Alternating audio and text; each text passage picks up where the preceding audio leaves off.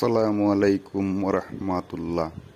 আজকে আপনাদেরকে এমন একটি হাদিস শোনাবো যা হয়তোবা অনেকেই জানেন না, শুনেন নাই। জিনদের কি খাবার? জিন জাতি খেয়ে আল্লাহ কি ধরনের রিজক দান করেন? তাহলে শুনুন।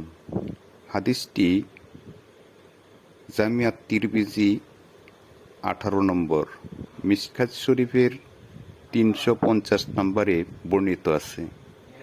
রাসূলুল্লাহ সাল্লাল্লাহু আলাইহি ওয়াসাল্লাম বলেছেন, সাহাবায়ে কেরাম, শুনিয়া রাখো, জানিয়া রাখো,